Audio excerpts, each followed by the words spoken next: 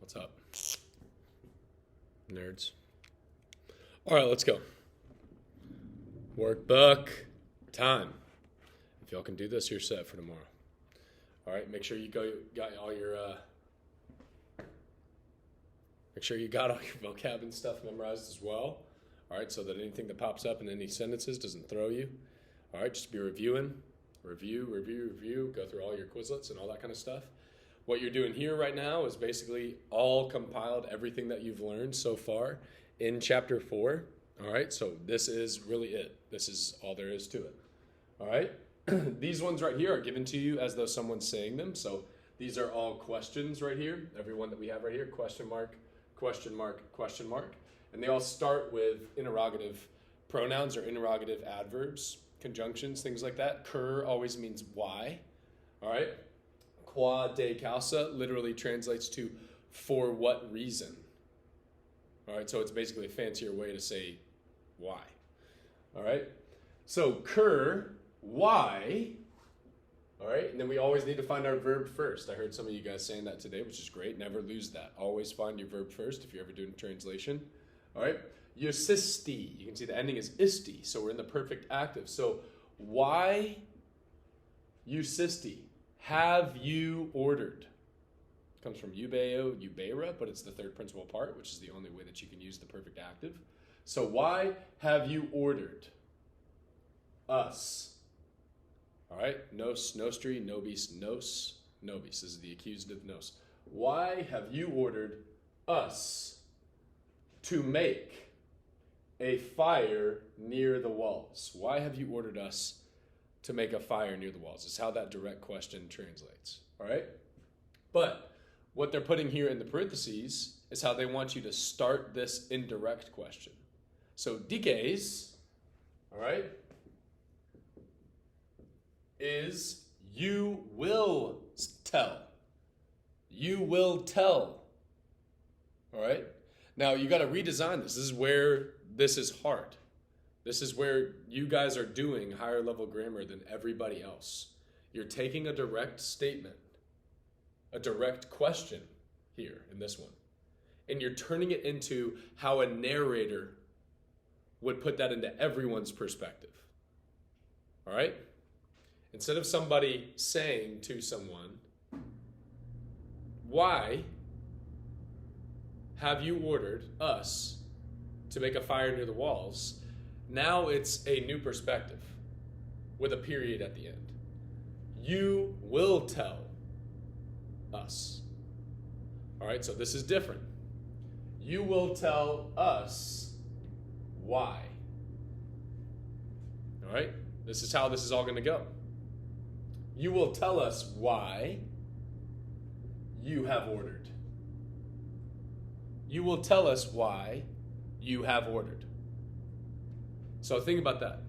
You will in the future. So what just said it. What sequence of tenses? If the first verb is in the future, you are in the primary. You will tell us in the future why you have ordered time before. Do you guys feel that sense? So that means that in the primary sequence of tenses, what does order need to be in? If it's happening at a time before, it needs to be in the perfect subjunctive, which actually makes sense here for how it translates.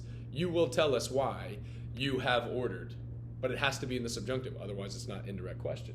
So you have ordered would be use, but to make it perfect subjunctive, you add eri, and then you just put the s at the end. Why you have ordered. All right? You will tell us why you have ordered to, I guess we can put everything else in the exact same order. A fire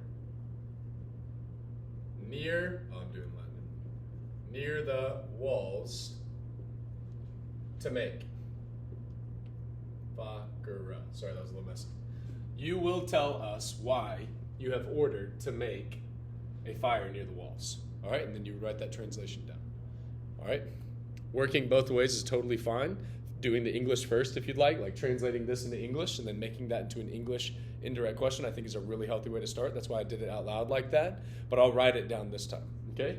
So this one, the direct question just translates pretty similarly, all right? Why are you accustomed? You plural. Why are y'all accustomed? Soletis. It's annoying. Get out of here, little white ball of death. What do I do, man? The verb is soletis. Hopefully you're looking at your workbook right now. Okay, it's soletis from soleo, meaning I am accustomed.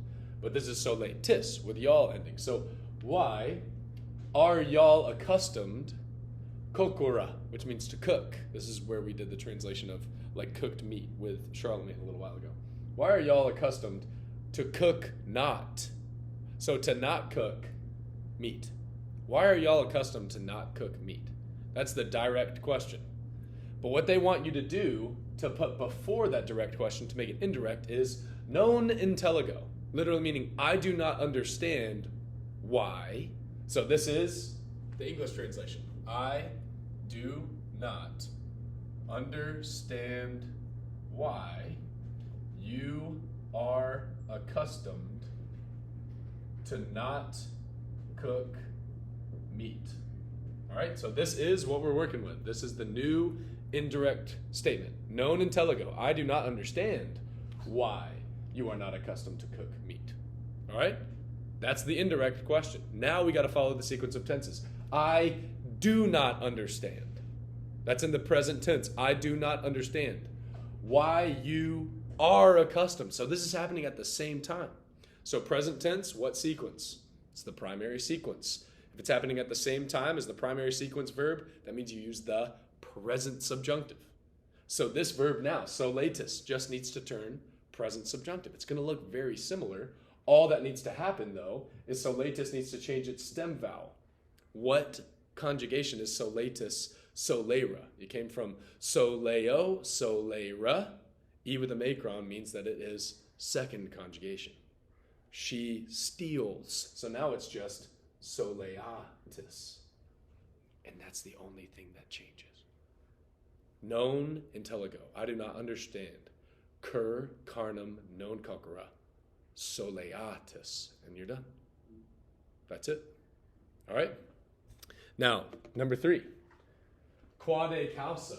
For what reason? All right? For what reason? It's a fancy interrogative phrase that's going to show up in some fancy writings down the road. Quade causa. From what cause is literally what it translates to. De is just bracketed by the relative pronoun and the noun. From what cause? All right, remember, find your verb. Papercerunt. That comes from parco, parcera, meaning to spare. Okay, so this is what principal part? Papercerunt. It's the third. So that means that this is perfect active. All right, erunt. E isti it, imus istis erunt. Third person plural, perfect active, indicative. So they have spared. So for what reason have they spared is literally how that translates. All right? But it's known. Varsity girls golf is dismissed. So, again, varsity girls golf is dismissed. All right, so here we go. Papercerunt, they have spared not. So for what reason have they not spared incolis, the inhabitants? All right? So this is a direct question, someone talking. What they want you to do is make it indirect. All right? Utanam discas. Discas is in the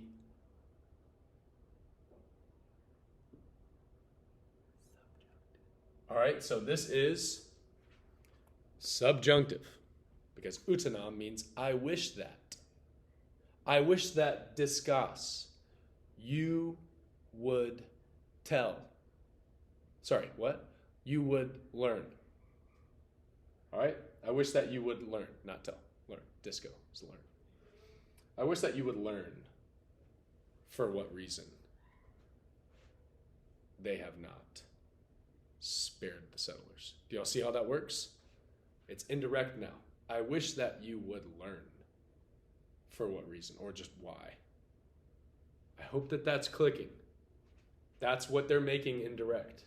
They're turning it into someone else's conversation about a question. That's why it's an indirect question rather than just directly saying, why have they not spared the settlers? Now it's, I wish that you would learn why they did not spare the settlers. All right, so that's the sentence that you could write down in English. I'm just not going to do it right now because my handwriting's so messy, it doesn't even really matter. All right, but there is something that you need to notice, and that's the time relationship between this one, discuss, which is subjunctive, but what tense is it? What time? I wish that you would learn right now. All right, or even like kind of got that sort of futuristic sense. It doesn't matter. Both of those are primary sequence. Future, present, those are both primary sequences, even if it is subjunctive like this. It's fine. All right? I wish that you would learn for what reason they did not spare. So, would learn, they did not. So what's the time relationship here? Would learn and did not. This is happening right now, present subjunctive. And then that one is before.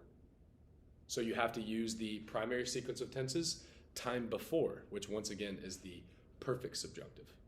So the only way that this is going to change at all, the only change, is that this you becomes an I. I'm going to give you guys a second to realize that that's the only thing that changes. This is the perfect active stem, perperk. You take that, to make it perfect subjunctive, you add E-R-I. And then you add the same personal ending as before. So that one's pretty easy. All right? Let us keep on going. All right? All right, quam celiter, how quickly? All right? How quickly? All right, and then we have aperuerant. All right?